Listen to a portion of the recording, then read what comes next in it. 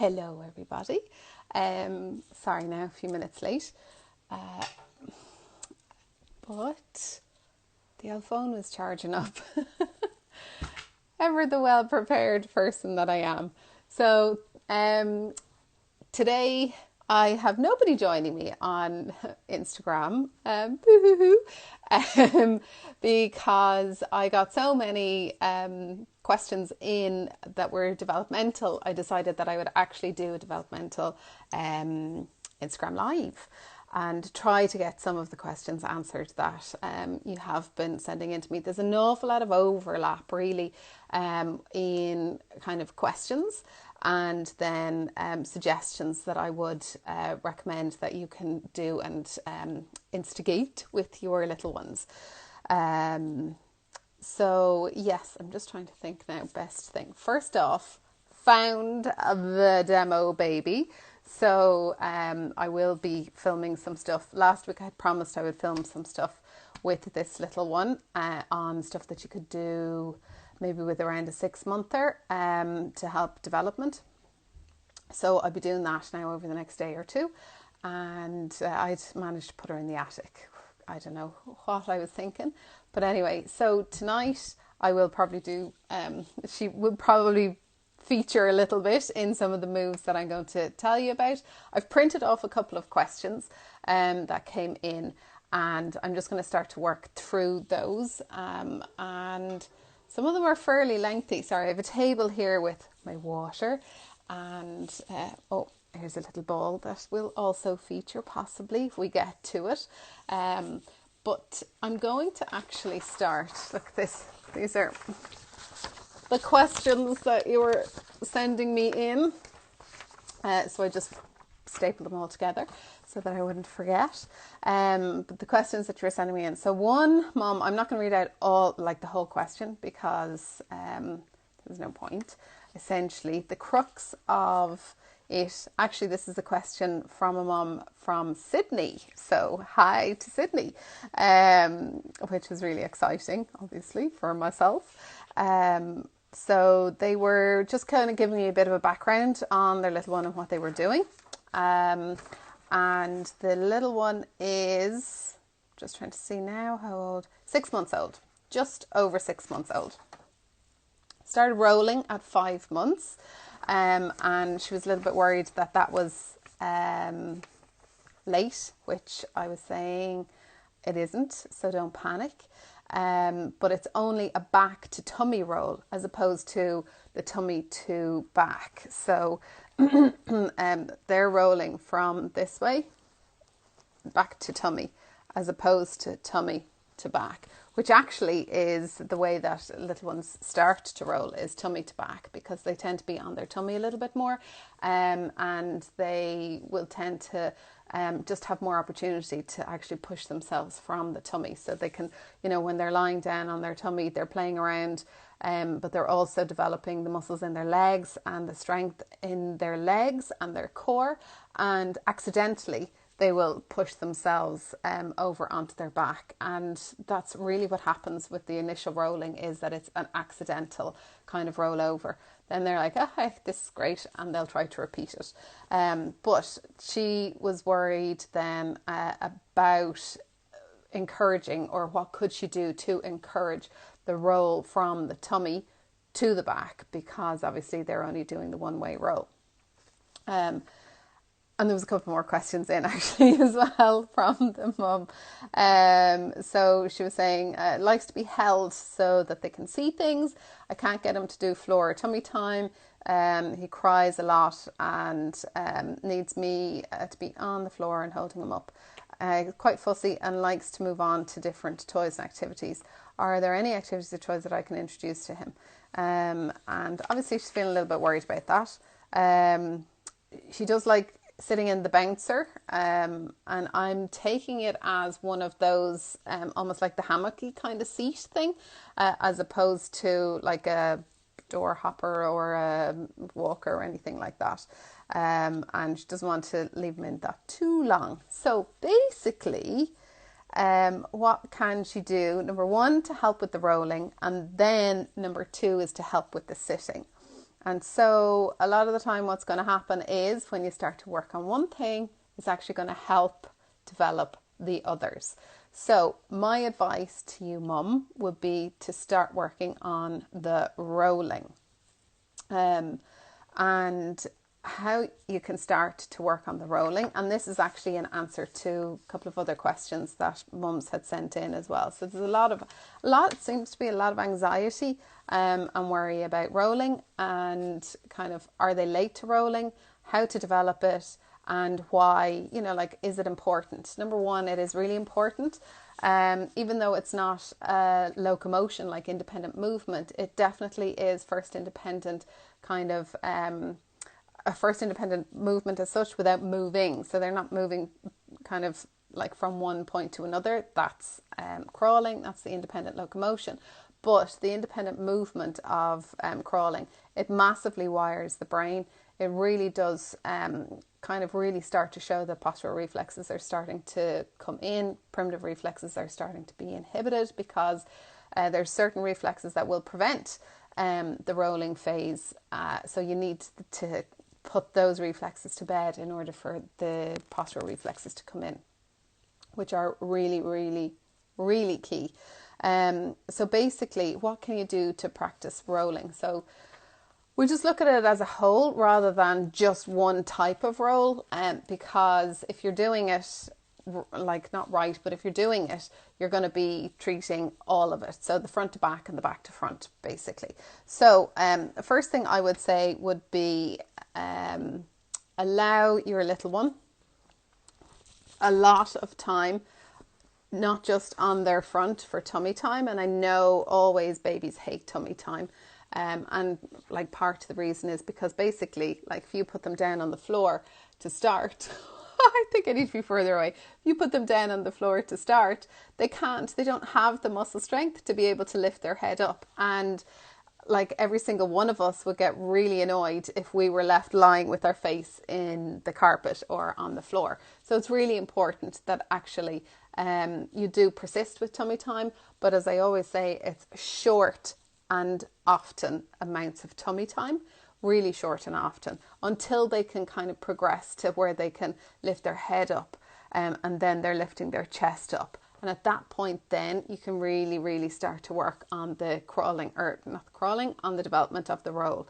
So another thing you can do along with that is obviously offer the floor play time on their back, which is really key. This really helps with the flexion. So flexion is when babies kind of bring their head in and they start to tuck their chin in, which is really important because actually, if you think about what they're doing, is they're extending their spine here. So that's a really important move for them. When they're on tummy time, they'll bring the head up and it'll contract and bend in. Obviously, these are super exaggerated movements, but it's flexion. So what we want as well is we want the extension. Okay, so we're extending the spine here. So that's really important. And I'm just going through stuff here now just to make sure what we're talking, that I'm on track. I actually wrote down my notes because I know myself I get all distracted. So then another thing as well as the floor time, you want them basically to be able to have playtime on their side. So give them some side time. And a lot of the time, all you hear is tummy time, tummy time, tummy time. And don't ever underestimate the importance of tummy time. But the brain really needs the body to be mapped and wired from all angles so that you're creating a really good positive brain map or body map. So you need to be able to give them time on their side, one way and on the other way. And don't have a panic, because I know that loads of people will be like, oh my God, they're not able to hold themselves up. If you have like a little soft cushion that you can prop them up at the back here just to keep them supported, or roll up like a little, those, what are they, the receiving blankets, or they've got the air pocket things. Roll up one of those and that'll support them as well. And it's just to give them time to be on their side, and you get down then and you interact with them, put their favourite toys on the floor as well, and eventually they will start to reach out for those toys. And they will become really engaged. At the initial phases, they're not going to be very engaged at all. Another kind of key thing is that basically the head, you don't allow for that flat head syndrome to come in. So they're not on the one part of the head, because that's really something that you want to avoid as much as possible. They're not on the one side of the head too much, so that you're turning them and you're offering a variety of different positions. I hope that makes sense to everybody. So another thing that you can do to help with the while they're on their side actually as well, which also makes sense, is when they're on their side, if you have them nice and supported, as they get a little bit older, what's going to happen is with their top leg is it's going to start to move to the forward and move to the backwards here. And when that happens, that's going to allow for a natural roll to occur. So once they have that ability, then that's a really great way to help them explore the rolling around, and a very safe way, offering all sides of the brain equal sensory input. Okay, another way that you can help to develop the rolling is by when you're putting your little one down, maybe for a change, like not change your little one, but change their nappy. When you put them down, instead of just plonking them straight down onto the changing mat, if you actually kind of put them down with their bum first and then angle them over to one side, and then angle them over to one side and then down onto their back. And what that actually does is it allows for the head, so there's a reflex that will kind of be triggered, which will encourage the head to try to be controlled. So it's working the muscles in the head, the neck and the shoulders, which is really, really important. And it also allows for this arm that's underneath to, start to kind of take that weight and have a little bit of support in it as well. And so if you do that, and then when you're taking them out, then you take them in the exact reverse movement. And then every time you're doing it, obviously, if you're doing it left side one time, you're doing it the right side the next time that there's a change. And you believe it or not, I suppose we probably change little ones' nappies about 20 times a day. So that's 10 times stimulation to each side of the brain throughout the day, which is really great. It's activating the vestibular system, which is activating the fluid in the inner ear, which is really important as well. That is the underpinning of the balance system. And so don't forget, all of these systems really need to work and integrate really well together in order for crawling, in order for rolling, in order for, each developmental stage to progress. So, what's that? Hi, Eve. All that rolling is great too for when the little ones are learning to roll back and not getting as upset. Yeah, absolutely. When rolling in cots at night. Yeah, 100%. Yeah, really, really important. So, so anyway, so there are kind of a couple of key ways to look at rolling and look at rolling development. Another one, as I showed you just a second ago, is with a ball. So I just this is one that the boys have. So obviously you'll have a smaller ball maybe, or whatever, but a little kind of sensory play ball. And then if you pop them on the ball here, this is terrible. Okay, I think what I'll probably do is actually film a whole proper piece on this, but you'll get the idea tonight so that you can actually start to go and work on it.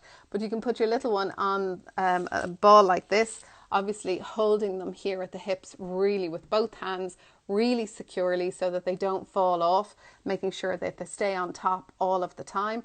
And then basically you can just roll the ball forward and backwards, roll the ball side to side. And so really what you're doing is you're activating again the vestibular system. So, your balance system that's located inside each ear. and it has those 3 semicircular canals that has the fluid that flows through it, which is absolutely important out for being triggered. And so you need to offer your little one a variety of different positions and different experiences so that this vestibular system can really be worked on and developed as well. And once that is happening, not only are you developing muscles by allowing them to move side to side where they'll kind of tense themselves. And we all know, we've been on some of these different exercise balls and things like that. So, you know, you kind of hold yourself, you know yourself what it's like when you're on one of these. So if you're holding one of these with your little one on it, they are going to start to develop those muscles, but we need to develop the brain wiring as well. So you have to come at it from 2 perspectives. Or from a multiple perspectives. So yeah, so I hope that makes sense. So one of these little balls, allow them front or forward, back, side, side. And my advice to you would be as well, when you're doing that, to say the direction that you're moving. So if you're moving them to the right, and go right and left, and you know, and you can even do it to little songs and all that sort of stuff. So again, it's just like a multi-sensory approach, but in a nice kind of calm way. Also, don't hammer it with them because these are really strong, I suppose, activations, and you need their whole system to be able to have time to actually process the different movements as well. So when you move, you know, kind of like front and back and left and right, so, you know, that is really key, nice and controlled and not overwhelming. And don't be afraid to pause. Just let them, you know, kind of like let the brain figure out what's just happened to it. So that's really key. Now, it's just, I did bring my glasses. I was like, I should have brought my glasses. You should write a book. So much more info to share. I thank you very much. You never know. Well, I actually have started writing one, but anyway, it'll probably take me 5 years to do it. But thanks a million. Okay, so that was another thing that you could do with the crawling, or with the rolling. Sorry, crawling is on my brain. I was working on something else earlier on today.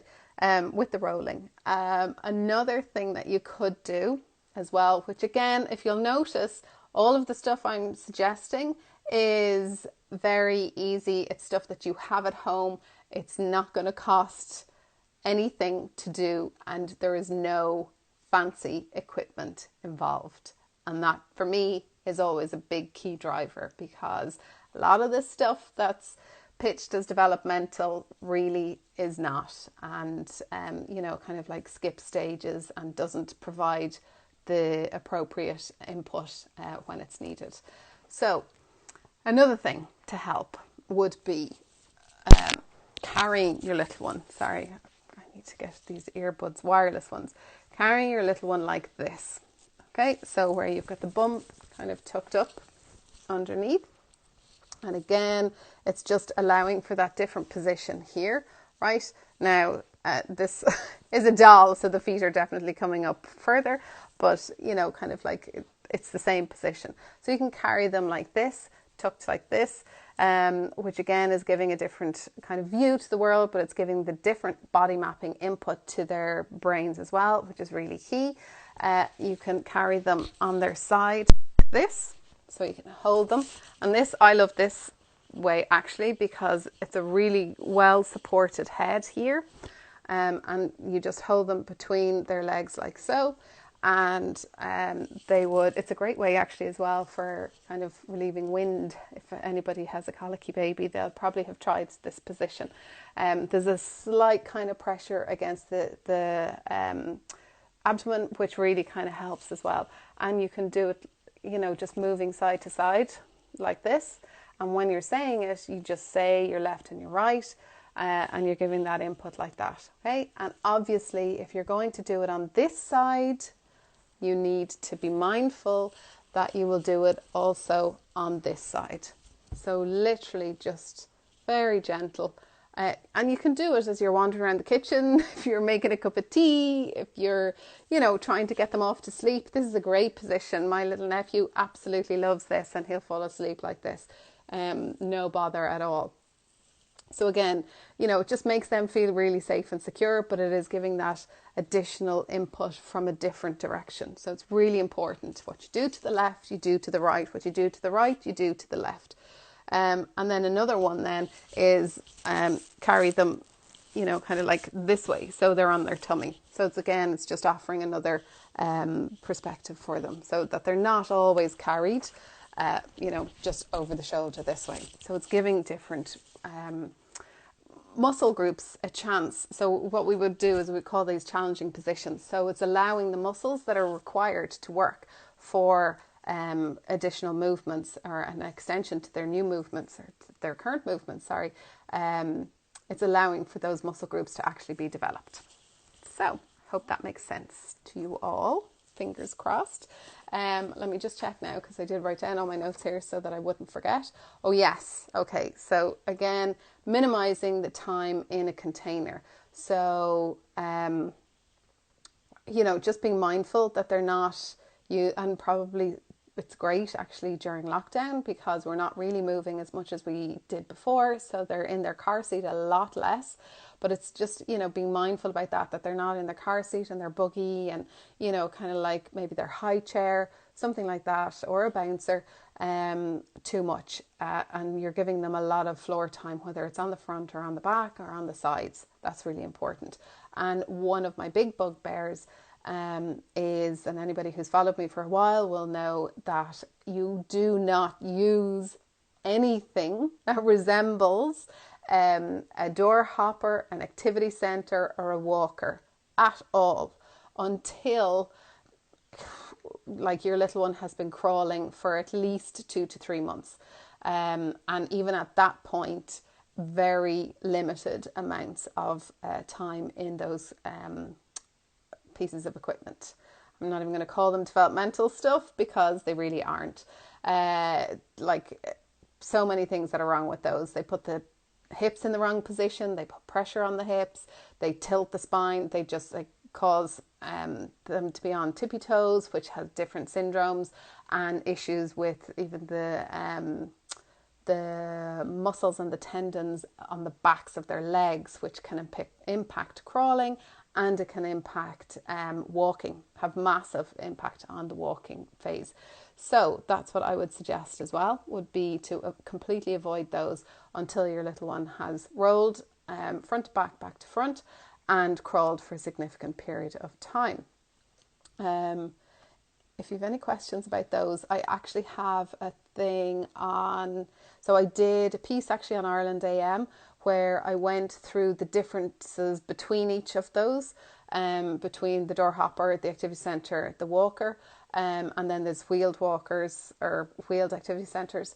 So I think I had 4 pieces of equipment, and I went through the differences of them, and really why you shouldn't use them, and if you are using them, when and how to use them. But I will just say again, not until after crawling has happened for at least kind of 2 to 3 months. I always kind of say 6 to 8 weeks. And that's really, really, really important. I can't stress that enough. Okay, so what else did I note down here? Yes, baby. Yes, yeah, I've gone through that one. Sorry, I had to just go through all of these now because I knew I'd get sidetracked. Yeah, side play. Yes. So encouraging lots of time for your little one to actually play on their back, but allowing midline play. So, the midline is actually that imaginary line that's down the centre of your little one, well, all of our bodies, but your little one's bodies. And up until a point, around 5 to 6 months, they actually will play all one-sided. So they don't really tend to cross the midline, and they're not able to. Their brain isn't actually wired. So crossing the midline then is really important. So when you have your little one on their back and they're playing, kind of just as normal. But if you encourage them then to come to the midline, bringing their hands to the middle and then passing something, whether it's a toy or, you know, like a little block, like a Duplo block, not a little one, passing it from one hand to the other and back again, so that they're actually doing that bilateral integration, which is really, really important and key at like for development. And in order to be able to do the roll and to do crawling and to do walking and to do all sorts of things really at a really good pace, your little one needs to be able to cross that midline. It is key for successful reading even, so, you know, for eye tracking and movement. So if your little one actually has, and I would have worked with an awful lot of children in the remediation side of things, where they literally had not kind of crossed that midline, and their eye tracking, when you would do an eye tracking exam on them, their eye tracking for their right side, the eye on the right would track and then it would skip, and then the left would take over. So if you imagine when your little one is reading a line of text or something like that, when they're in school and they're older, what, you know, kind of like how difficult that will be for them to be able to actually function and stay on task and not lose bits of notes off the board or from books and things like that. So it's really, really key. So for, you know, kind of, I suppose, all of the stuff that we're talking about now between 0 to 3, you're not really going to see the benefits of it until they're older, and when they're at the school going age. And that's what I always say, is that it's at school going age that certain things really do come to light. So if we can really help with healthy development early on and a really good focus on things early on, then that means that we can negate an awful lot of these potential issues. So allowing your little one time on the floor on their back to play at their midline, and then to start to cross that midline, so moving things from one hand to the other, again, is another really key point and activity for helping the development of rolling. So I know it sounds a bit bizarre, and probably a lot of these things do sound bizarre that I'm talking about, but actually, you know, like, talk to anybody in like clinical practice and they will 100% always say the same kind of things. So certain things to do, certain things to avoid. So yes. So I hope that answers that question for the mum that was talking to me about the rolling.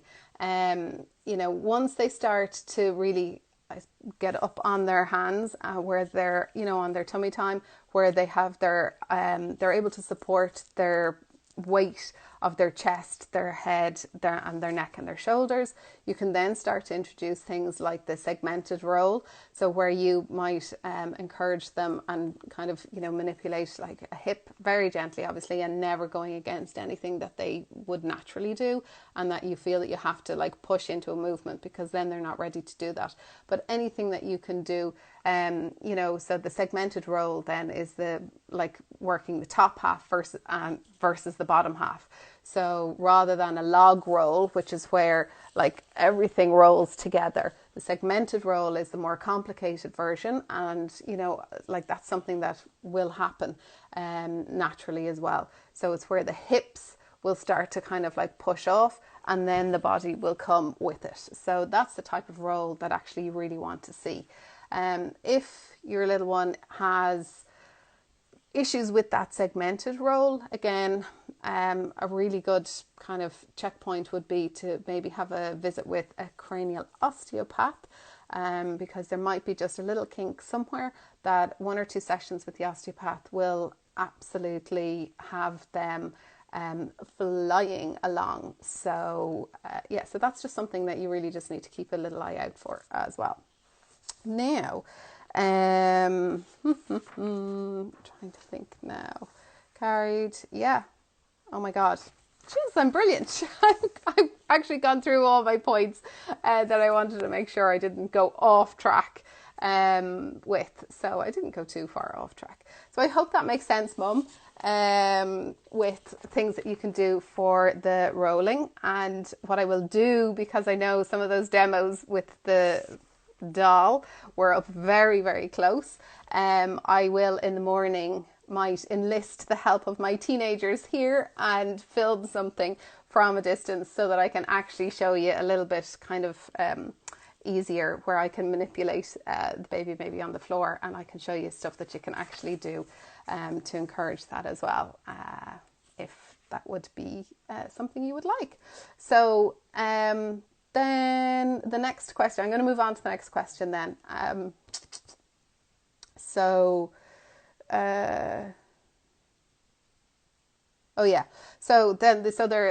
next part of the question was about, is there anything that may affect the development of sitting?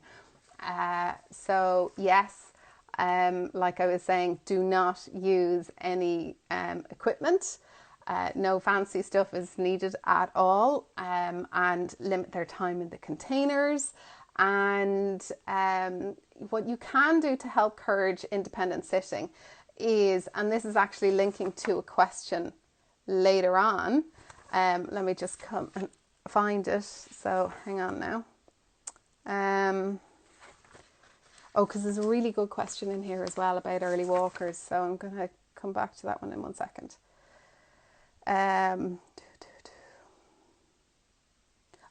So this question was from another mom, and she's really sweet actually. Thank you for taking our questions. No problem. I have a 10-month-old tummy commando crawler, lovely, who sits really well, fantastic. Starting to push up onto all fours, exciting times ahead, because once they start crawling, nothing is going to be on your house kind of walls below probably about 4 feet, because they're just going to start pulling everything. And this week has started to pull from sitting on the floor to standing at the edge of the couch. So if you remember last week when I was chatting, I was talking about crawling and cruising and how they occur in and around the same time. So pulling to standing is obviously a precursor to cruising, which is a precursor to walking. So that's fine. The pulling to standing, no problem at all. Just wouldn't kind of maintain focus on it, and definitely get them crawling before I'd allow too much kind of focus on the upright positioning. I hope that makes sense. We don't just want the little one to get used to being upright and then refusing to crawl, because that's just going to lead to further complications. Any tips for helping him to learn how to get back to the sitting position? Okay, so coming on from the other question about what can I do to help them learn to sit, to this is a proficient sitter, but when they're placed, and then we need to help them get, actually I don't know, I'm presuming it's when they're placed. I don't know if it's, because Mum just says sits well. So my understanding of the sitting well is when they're put down and they're put into the sitting position. So basically that's what we would call as placed sitting. And what we need now is we need to help develop the functional sitting. And functional sitting is the sitting that they're in control of themselves. So it's a transitional kind of position as well. And it's really important actually in, kind of moving into the crawling phase. And moving then into the walking, or even the, pulling themselves up, where they'll crawl to maybe the couch, they'll sit back down again for a second, they'll put the hands up, and then they'll start to pull themselves up. So that's the type of sitting I'm talking about when I'm talking about functional sitting, which is really key. So I hope you understand the difference between the two. Again, be great if this lockdown was over so that I could get back to my nephew and start filming a whole load of stuff for you. But anyway, soon, please God. So how can we develop the sitting then, and the functional sitting, the one that they're in charge of themselves? So the first thing basically I would suggest is keep an eye out. Are they able to get maybe onto their hands and knees position? So this one here, so Sits well, push up onto all fours. Yeah, so starting to push up onto all fours, which is great, and that's perfect. So when they're sitting and when they're in place sitting, do they sit kind of nice and tall but with a nice rounded back, which is also something that you'd want to keep an eye out for. And when they, wobble, are they able to put their hands out in front of them or to the sides to actually kind of prevent them from falling over themselves? So there are kind of 3 things to keep an eye out for. And then once you can identify those, then you can start to develop the functional sitting part. So the main kind of thing I would suggest is, again, don't use anything like a bumbo, because, and here's the kicker, is that the bumbo it kind of puts their hip positioning into more of like a tilted, hang on, let's get the baby. Instead of having a really stable hip position like this on the floor, the bumbo tends to bend them like this.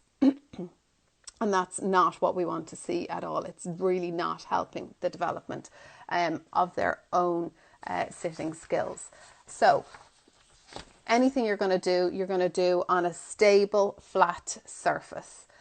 You can cushion it, but not with soft, squishy things. Those tiles that fit together and, they're like spongy floor tiles almost, and they're all colourful, things like that. There's probably a proper name for them, I don't know. I just know that both my sister-in-laws have them for their little ones, and so it doesn't change the stability in the floor, but it just softens because sitting is not a pretty task to develop. Definitely not at the early stages, because they're just going to be falling all over the place. So you do want like a softer landing for them. So these tiles, I really just don't know what the name of it is. Anyway, but they interlock like that, and they have kind of like slightly textured surfaces. So they're great for crawling as well. They're great for giving that little bit of grip and traction that babies need when they're trying to crawl. So if you're looking online, get them now, put them down on the floor, put them in the playroom, put them in the kitchen, wherever. And I do believe that you can get lovely, aesthetically pleasing versions as well. They come in greys and whites and all sorts. You don't have to have the big colours with the numbers and all that sort of stuff. It doesn't matter. But get them, put them down on the floor now when your little one is starting to foam floor mats. Oh, gee, Elaine, thank you so much. I was going mad. My mind is just like spinning trying to figure out what the name of them is. So get those, put them down now, and then you're going to use them for ages to come. So they're a really great investment, and I really don't think they're that expensive. I think you can buy packs of 10 or 20 for, I don't know, like 10 quid or something like that. But anyway, so get those, put them down, and then anything you do, particularly when you're helping with the functional sitting, is basically done on those tiles. So it's really just a solid, stable base. That's what is super important for your little one. They need to know that, and they need to learn how to read their own body. And if you have them on an unstable surface, they don't know if it's them that's causing the fall or if it's the surface, if that makes sense. They can't separate that out. And so if they're stable, they're structurally stable base, then when they start to fall, all the information that's going in is being read by the brain as it's them that's falling. And, and that's a huge amount of learning, and it's a huge amount of body awareness. And really that's an incredible kind of important skill that they're going to take going forward. So with that said, get those in. If you have to support them like ever so slightly, those boppy pillows or the breastfeeding pillows, you can put one of those around them, not under them, but just gently around them. That'll hold their hips a little bit. Now, I'm not a great fan of supported sitting. If your little one can't sit, I really genuinely prefer not to spend a huge amount of time in having them in the seating in the seated position and the supported seated position. I would prefer that they started to, develop those skills through their floor play. But, like if you want to spend a few minutes every day, that's not going to be detrimental. Once you've assessed those 3 things that I mentioned just a few minutes ago. And so if you put them in the boppy, they're sitting on the floor, the boppy pillow is coming around them. Now, the support from the boppy is very low, or a breastfeeding pillow is very, very low. You don't they're not supported up here. So one way it is good because it's forcing their muscles to actually work to hold themselves up, which is really what you want, and that's the whole point of what we're doing, I suppose. But the problem is, if they do then fall, the pillow is great, but it's very soft and it doesn't allow them to adjust themselves, so you have to intervene in that. Hope that makes sense. So that's an option. Again, no bumbo whatsoever. No activity centres, nothing like that. That doesn't at all help with the development of sitting. You can, and again, for me, it's all about what do we have that we can use that offers, the ability to provide a developmental benefit for little ones. So if you have a laundry basket or a baby bath that you can put your little one sitting in. And so, not obviously the tall, deep laundry baskets. Don't put them into the big, massive ones. I'm talking about the small, rectangular ones that look more like a baby bath, but with holes in them. So that, please hear me when I'm saying that, okay? You can put them into the laundry basket, because the back of it, or the baby bath, comes up nice and high, so they are actually supported, and then they have plenty of ability to move their legs, to move their arms, and to move their head, which is what you want. And so they're learning kind of their control over their movements in that position with a minimal amount of interference. So that's really, really good. The beauty of the laundry basket, sorry, little fly there.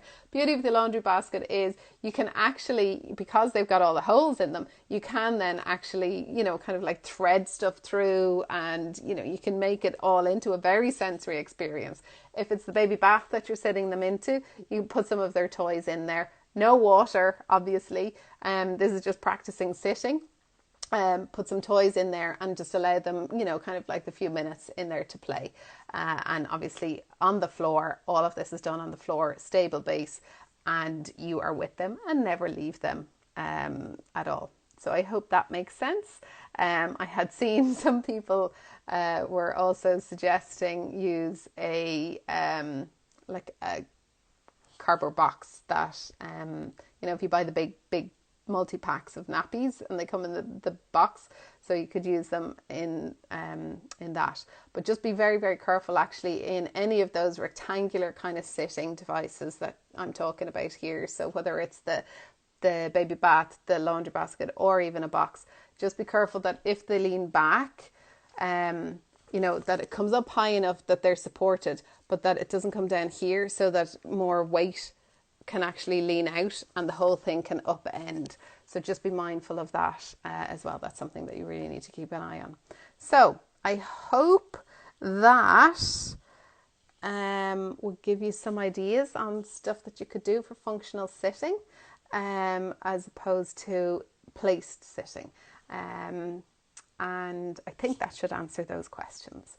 And so the mum was saying, about getting back to the sitting position. So really, again, I'm taking it that they are a placed sitter, and that you need to develop the functional sitting. So if you're developing the functional sitting for them sitting from crawling back to sitting, then, it's just going to benefit all the way, all around. I hope that makes sense. And then one more, because I'm just mindful of the time now, because I'll get kicked off here after the hour.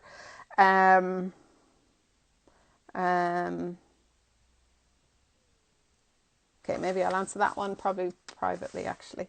Uh, uh, uh,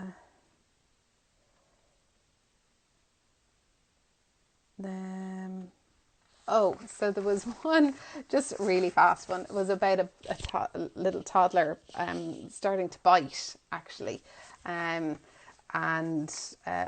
parents were just wondering, did I have any tips on that? And really, it kind of, they were ignoring it, which obviously is your initial reaction is, okay, this is a behavior I don't want, so I'm not going to reward it by giving a reaction. But actually, if you think about it, that these little ones don't know what's okay, what's not okay. So very simply, you just have to go, not okay. And that, initially should be enough for them to understand that it's not okay. They're very young. They're not going to understand your feelings and, like other people's feelings and why they should and shouldn't.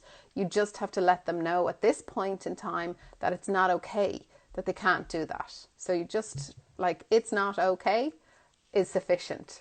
And then move it on. Get them, playing with something else.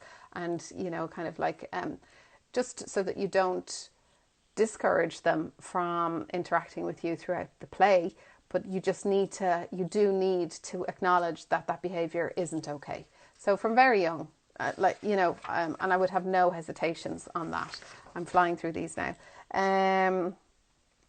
Hates being on his front. 7.5-month-old hasn't attempted crawling. Hates being on his front.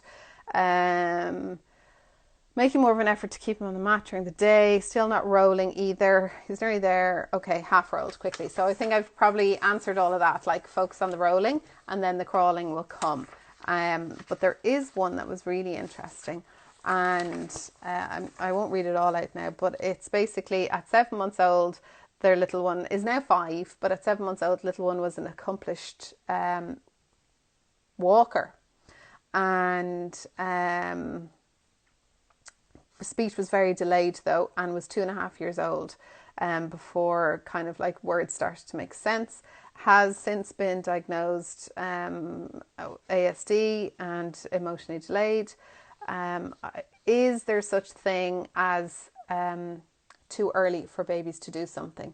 And ideally, like, in the clinical setting, what we would say is a really early walker, like 7 months of age is such an early walker, have already missed, like a huge number of stages, like not going through them.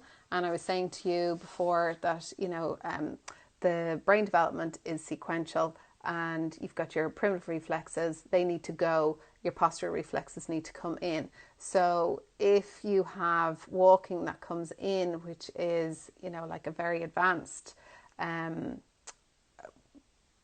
stage of development, then that would actually be a red flag for developmental delay, not something that a little one is actually maybe like ahead of schedule or anything like that. It would be definitely a red flag.